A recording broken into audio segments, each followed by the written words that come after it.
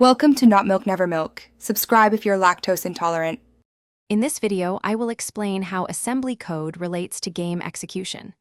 Assembly code represents the fundamental instructions a computer's processor understands.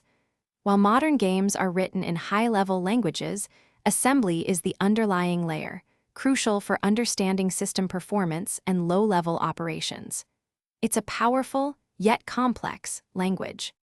Let's explore how game code transforms into assembly. When developers write games in languages like C++ or C#, compilers translate that code into machine-readable instructions. These instructions are very similar to assembly code, directly telling the CPU what to do. This process is vital for the game to run efficiently on your hardware. Conceptually, assembly code can be used for deep game analysis. By examining the assembly generated from a game, experts can uncover how certain game mechanics or anti-cheat systems function.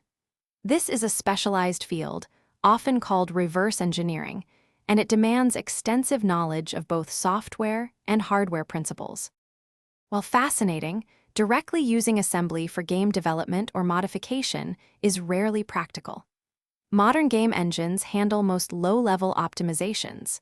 Attempting to alter a game's assembly can lead to instability, bans, or legal issues.